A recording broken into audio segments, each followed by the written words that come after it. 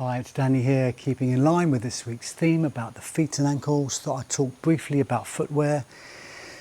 When we talk about minimalist footwear or barefoot shoes,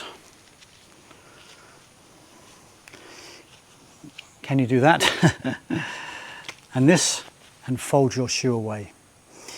Most shoes these days have got a big solid sole, and the problem with this is your feet can't articulate, or there's too much of a support to stop you pronating. But part of our step, part of our gait, that foundation mode where we flatten out before the propeller mode, is to let those foot bones move, let them breathe.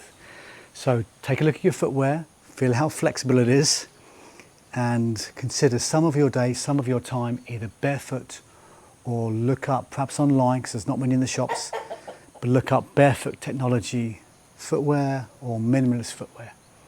And I think your feet will say thank you for it. Thanks for watching.